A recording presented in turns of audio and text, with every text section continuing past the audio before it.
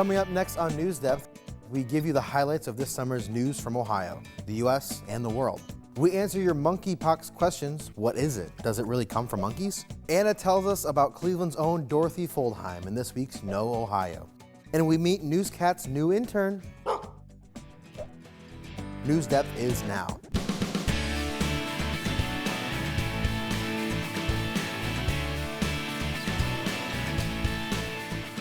We are finally back from summer break, and I'm ready to get rolling because I know this school year will be one of the best ones yet.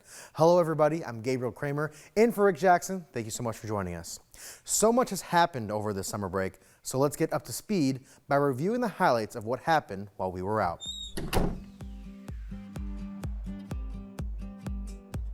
Ohio will elect a governor this November, but back in August, there was a primary election held. A primary election is a vote held to let voters decide who will be their party's candidate during the general election. The winners of the primary election were former Dayton Mayor Nan Whaley for the Democratic Party with 65% of the Democratic votes, and current Ohio Governor Mike DeWine for the Republican Party with just a little more than 48% of the Republican votes. On November 8th, Ohio will vote between these two candidates to see who will be the leader of our state for the next 4 years. President Joe Biden announced in August that people with student loans will be eligible for forgiveness for up to $10,000 or up to $20,000, depending on what type of loan they have. That means that the majority of the 45 million borrowers will be able to wave goodbye to their student loan debt. But they have until December 2023 to apply to the program. Now, you probably remember that back in February of this year, Russia started a military action and invaded their neighboring country, Ukraine. Ukraine has since launched their counteroffensive plan. You might be able to assume what the term counteroffensive means if you're a sports fan. Counteroffensive is a military response in defense of an attack. The U.S. has been lending Ukraine a hand for the past few months. The Biden administration has been shipping Ukraine weapons to support their military response to the Russian invasion. The European Union has also recently agreed on working towards a new military assistance mission for Ukraine. During the summer, we also heard about a new outbreak of a disease called monkeypox. The White House declared it a public health emergency at the beginning of last month. A public health emergency is declared when health consequences have the potential to overwhelm the regular capacities of a community. But what is monkeypox? Does it really come from monkeys? How does it spread from person to person? Ideastream producer Jeff St. Clair has all the answers to your monkeypox questions. Monkeypox? What's that? Monkeypox was first discovered in the 1950s by scientists studying monkeys in a lab. And since it was a new disease, they named it after the monkeys. But monkeypox probably came from another type of animal, an African squirrel, which looks a lot like a chipmunk. There are other diseases named after animals, chicken pox, cow pox, swine flu, that really don't come from those animals. Monkeypox is actually a milder form of a deadly disease that has haunted humans for centuries, smallpox, and that's why monkeypox has people worried. Monkeypox causes a rash with red bumps or pustules on your face and hands and almost anywhere on the body, plus a fever that can last days. All in all, it's a nasty disease that you definitely want to avoid. Monkeypox is spreading in the U.S., but unlike COVID, it's not spread through the air. You can only get monkeypox by coming in close physical contact with somebody who has the disease. Luckily, monkeypox is actually treated with a vaccine. In fact, even the old smallpox vaccine works to prevent monkeypox. So, don't blame monkeys for this latest health scare, but beware of the pox. Thank you, Jeff. As Jeff told us, there is already a vaccine, but for right now, it's only available for a select group of the population. As students are coming back to school and moving into dorm rooms, there will be more people in close quarters, and this could potentially cause a rise in the cases of monkeypox. With Washington, D.C. having the most monkeypox cases in the nation, schools are taking precautions to prevent the spread. Katie Quiros has the details. It's back to school for students at GW, but they're on alert to protect their health. GW requires COVID vaccinations and masks. Students say they're just starting to learn about monkeypox. Sadly, I think it will get bigger and worse. So hopefully to prevent that, we should all start taking it serious now and I don't know, just be more proactive. There is no database of monkeypox cases at colleges nationwide, but cases have already been reported on campuses across the country, including one here at GW. Administrators notified students in June that a positive case had been identified and that the patient had been isolated off campus. Being in a city, like there's so many people that come in and out of buildings that aren't even students, so it's like kind of nice to know that we're like protecting each other. The school sent out guidance to students telling them to avoid close contact with skin, clothing, towels, or bedding of infected people, to wear N95s and full protective gear if they're health sciences students working with monkeypox patients, and to be vaccinated by DC Health if they meet eligibility requirements. The vaccine is not available to all yet. Students and parents say they're taking it in stride. I think pandemics are here to stay, and we'll stay fully vaccinated and cautious and following guidelines and keep moving on. We will keep you informed with any monkeypox updates as the story develops. But for now, let's switch gears to education. A new report shows the negative impact the coronavirus pandemic had on school children in the United States. Math and reading scores for 9-year-olds not only fell sharply, it's one of the largest declines on record. Gabe Cohen reports on the U.S. school test scores. New test results from the National Assessment of Education Progress show math and reading scores for 9-year-olds in the U.S. falling sharply between 2020 and 2022. The worst drop-off for reading since 1990, and the first ever decline for math. That is very alarming. It's disturbing, but it's not surprising, keeping in mind a year and a half ago, over half of our schools were not open for full-time learning. Students who were already struggling in school showed the most dramatic drop-off. Some colleagues of mine estimate that amounts to about 9 months worth of instruction. Martin West is a member of the board that oversees this test. How long could it take these students to catch up? In my view, it's going to take a number of years before students are able to make up this lost ground in full. I have students that are coming into 4th grade that are performing 2 and 3 grade levels below where they should be. Nicole is a 4th and 5th grade teacher in Texas who asked us not to show her face, fearing retaliation. I don't know that I can make up 2 years of growth in 1 year. I don't think it's over yet. We will have to do better than what we were doing before the pandemic. Schools nationwide have been trying to hire more staff, including tutors and psychologists. I think the first step is simply to make up some of the lost instructional time. That could come through extended school days, it could come through after-school programming and tutoring, or it could come through summer school programs. But with teacher burnout and a shrinking pipeline, many schools face a teacher shortage, especially in rural areas and those with more low-income families and students of color. The study shows that minority school children may have been disproportionately affected by the pandemic.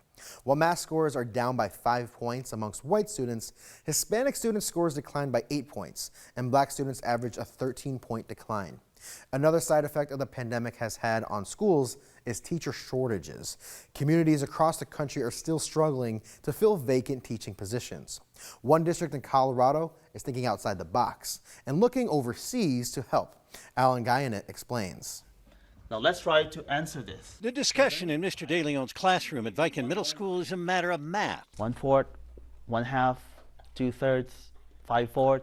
There's only a fraction of the number of teachers the district needs in some subjects. It's a challenge. The district faces troubling calculations, says HR Director Michael Clow. We're the 3rd lowest funded district in the state of Colorado on overall funding, and that has an impact on what we pay. Yes. Recruiting is hard in a state that's turning out only 130 math teachers from middle and high schools a year, according to the most recent data. The candidate pools have shrunk, and specifically we're concerned about math, science, special ed. I was teaching it as a teacher back in the Philippines for over 4 years. Teacher Alan DeLeon is here on a cultural exchange, making many times what he made in the Philippines. It was my childhood dream to be in the U.S., to experience American culture, to be able to teach here. It fills a gap. They're expected to hold a license. They go through the interview process and are vetted in the same way any other teachers. DeLeon misses the young son he left behind and even notes the Filipino students were different. They are more respectful to teachers. But likes the district. For me, it's not about money.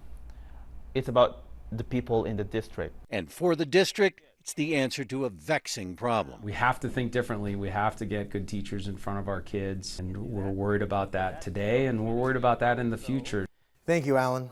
During the pandemic, many people learned new skills or started new hobbies. For instance, I did a lot more cooking. Well, a pair of brothers at the Incarnate Word Academy learned a skill that not only helped their fellow classmates, but could also give them a jumpstart on their careers. Liam and Colin have always been fascinated with how computers work, and they are this week's A+ award recipients. Liam and Colin had watched many hours of YouTube videos that introduced them to building and repairing computers and laptops. The opportunity for hands-on application came when the brothers participated in an after-school technology program called How to Build and Troubleshoot a Computer at their elementary school, Incarnate Word Academy. In this program, the students took apart and rebuilt desktop computers. The brothers were able to learn new skills and apply what they had learned previously from the online videos. Liam and Colin were so engaged in building computers, it was so exciting to see. The club sponsor and Incarnate Word technology teacher, Mrs. McKelly, told us.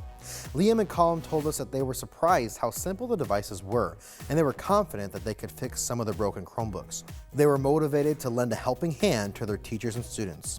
Colin focused on diagnosing and logging Chromebook issues into a spreadsheet while Liam concentrated on repairing the broken Chromebooks. Mrs. McKelly has told us that more than 50 Chromebooks have been diagnosed and more than half have been repaired and put back into service. The tech team continues to expand and train new members this school year. Liam is currently a 9th grader at Holy Name High School in Parma, and Colin is currently a 6th grader at Incarnate Word. This season's first A+ award goes to Colin and Liam for being a key part of this pilot program that helps to keep their school's Chromebooks working. Each week we give a shout out to one of you for your awesome work. So teachers, to have your students in class featured in an A+ segment, email your nominations to newsdepth@ideastream.org. Let's get back to the news. Last Thursday, the Queen of the United Kingdom, Queen Elizabeth II, passed away at the age of 96. Queen Elizabeth was born Princess Elizabeth Alexandra Mary on April 21st, 1926 in London.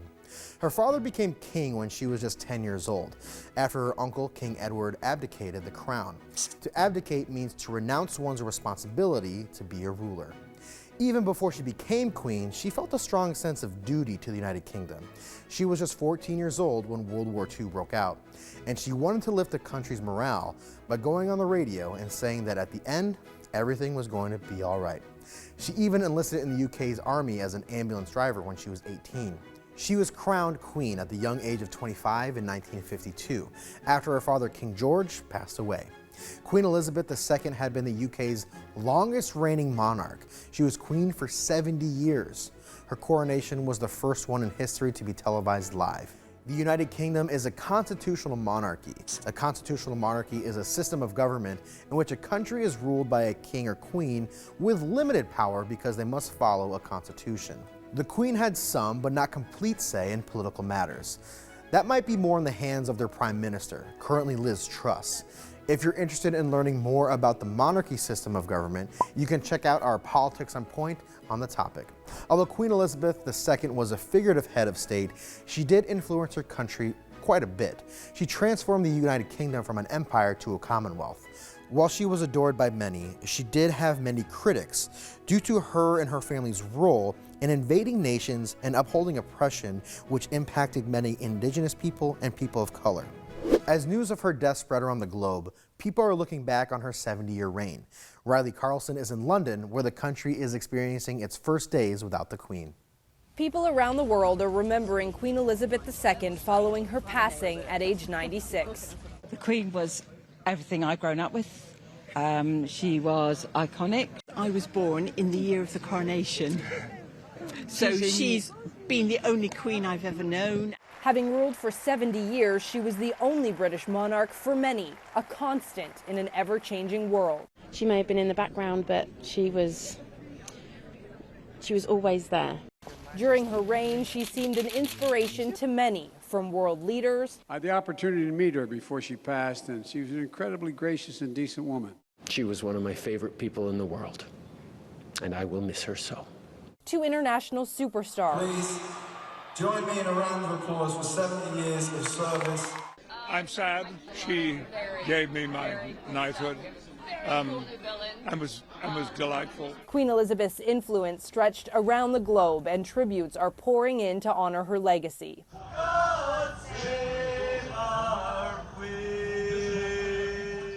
The Queen's successor is her eldest son, King Charles III, although his official coronation won't happen for some time after a period of mourning.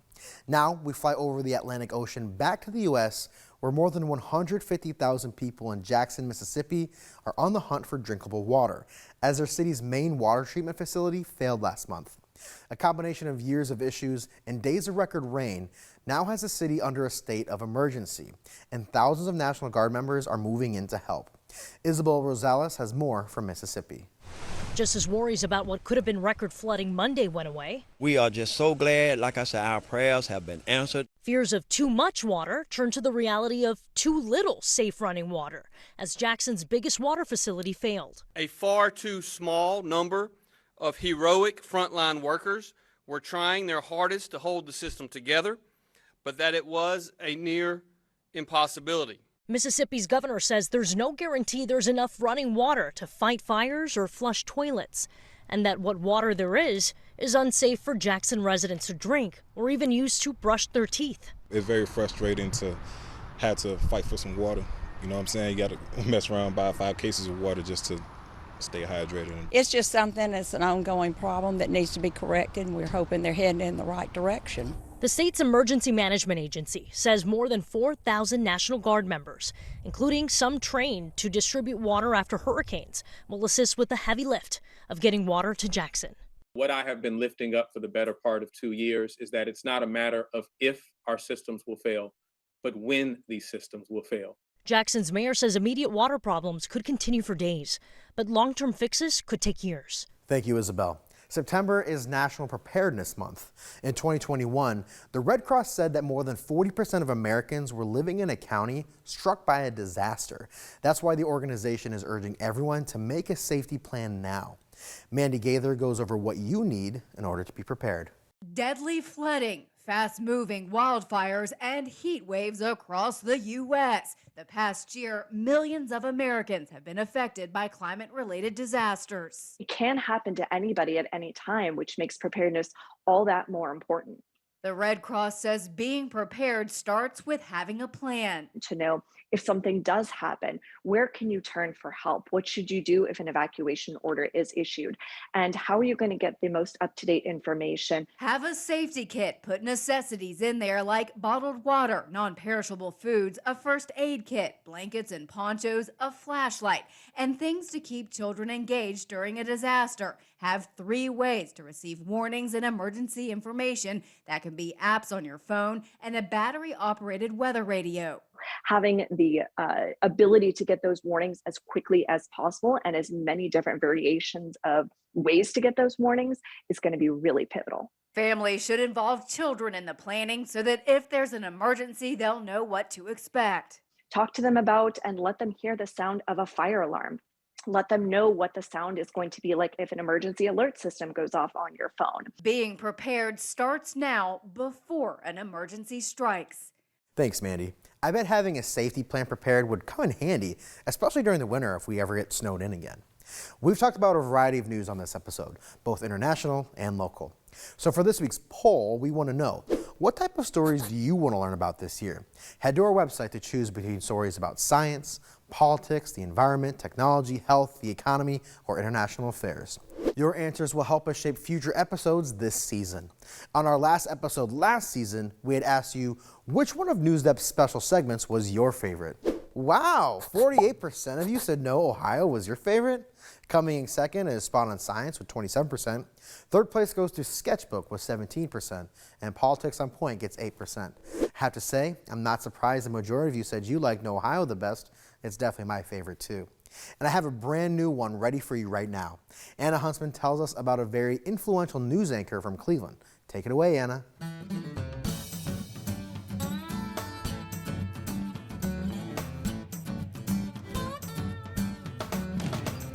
Breaking news. The first female news anchor makes national history right here in Cleveland, Ohio. Well, I guess it's not that breaking since this happened back in 1947. Her name was Dorothy Fuldheim, and she was very influential in broadcast news, as she had her very own weekly show on television. This was at a time when not a lot of women were working in the field of journalism, and she was already in her 50s when she started her broadcasting career. Dorothy Fuldheim was born in New Jersey on June 26, 1893. She grew up in Wisconsin and attended Milwaukee College to be trained as a teacher. She moved to Cleveland in the 1920s, shortly after marrying her first husband, Milton Fuldheim. In Cleveland, she was a lecturer. She would say that she could always grab an audience's attention within 5 minutes. Fuldheim started her career in journalism as a radio commentator when she was 54 years old. She had a biography series with the ABC network for 2 years. In 1947, she finally made it to television. WEWS-TV sat her in front of a camera as a nightly news anchor, making her the first woman to appear on broadcast news in the entire U.S. She was also a co-host for the variety show, The 1 O'Clock Club.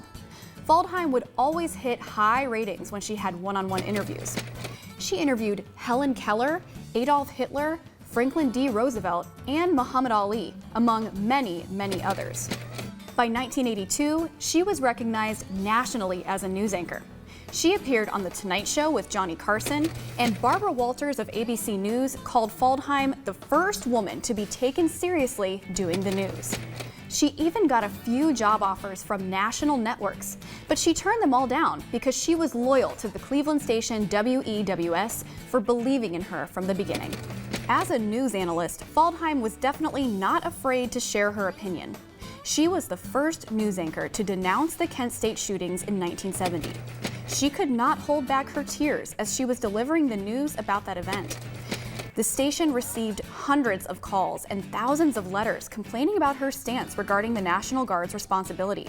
She even offered to resign that day, but the WEWS station manager Don Paris stood by her. Her career as a news anchor ended when she was 91 years old and had suffered from 2 strokes. Her last interview was in 1984 with then-President Ronald Reagan. She passed away in 1989 at the age of 96. Although her name might not be very recognizable outside of the news industry, Dorothy Fuldheim made a great impact in the way the public gets the news, even to today. Signing off. Thanks, Anna. You know, it's not as easy as it looks to be a journalist. And I think an important skill to learn is being good at doing background research. You don't really want to start an interview without having a list of thought-out questions. That would be like writing a book report on a book you haven't read. On the last episode, we asked you guys what you thought made a good journalist or reporter. Let's see what you had to say by opening up our inbox. Aaliyah from Berea Mid-Park Middle School in Middleburg Heights says being a reporter is about connecting with people.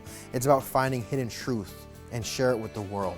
It's about service and telling stories that need to be told in order to make the world a better and more comprehensible place. That's why NewsDepth is so cool and it gives people hope and inspiration. That is what makes a journalist. Eddie from Chagrin Falls Intermediate School in Chagrin Falls wrote, "To make a good journalist, you need to have a curious mind and want to figure more things out about a topic. You need to ask good questions and write information about a certain topic. That is what I think makes a good journalist." Brenda from Strongsville Middle School in Strongsville already thinks like a journalist. Dear NewsDepth, I think there are many things that make up a good journalist. Here are a few such factors. A journalist must be very patient with the person they are interviewing so they can understand the person better. They are also required to take down notes when they are listening to the person, so they should always be prepared with a paper and pen, even when they are least expecting it. Stories can be found anywhere. I also feel that they should not have the fear of talking in public. Those are the factors that I think would make up a good journalist. Landon from Orville Middle School in Orville knows what skills good reporters have. What I think makes a good journalist would be someone who can speak, listen, be respectful, is fast at writing, and good at computer work. I chose these because someone who could do all these would be successful. And after interviews, they would be respected with the gratitude they showed to the person. That is what I think makes a good journalist. And Maya from Lee Eaton Elementary in Northfield has this to say. What makes a good journalist? Well, the journalist needs to be honest with everything they say. Lastly, they need to be ethical. Ethical means they need to cite everything from trusted businesses or websites. Thank you so much to everyone for your letters. It sounds to me like some of you might be interested in a journalism career. Well, we're almost at the end of the episode, but you know we made time for our favorite cuteness correspondent, NewsCat. I hope you're ready for us.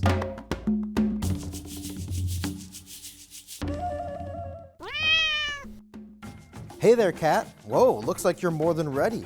Looks like you're ready to start the school year right. You even got a little backpack this year. All right, we can catch up later. What do you have for us? Oh, it's a story about goats who got a summer internship in New York City. Impressive. To find out what kept them so busy in the city's parks, click the Petting Zoo button on our website. Hey NewsCat, I heard that you hired a new intern over the summer. Let's introduce him. Our new petting zoo intern is Newshound. He is from Cleveland. His background is news on social media, and during his spare time, he likes going to doggy daycare and, like a lot of us, eating ice cream. I'm sure that he's ready to sniff out the best stories for us. Oh, Newshound, do you have the write-in question for us this week? Newshound wants to know what all of you were up to this summer. He must have spent all of his time training with NewsCat. Thank you, NewsCat and Newshound. Now that's going to wrap up our first episode, but we have so many more things to learn together this year. Teachers, if you would like a sneak peek into our upcoming episodes or want to check out some of our classroom resources, you can sign up for our newsletter. You'll find the link in our Connect With Us tab online. And remember that we always want to hear from you, and there are plenty of ways to stay in touch. You can send a letter. We're at 1375 Euclid Avenue. That's Cleveland, Ohio, zip code here 44115. You can email us at newsdepth@ideastream.org, or you can tweet at us. Our handle is @NewsDepthOhio. Thank you so much for joining us. I'm Gabriel Kramer. We'll see you right back here next week.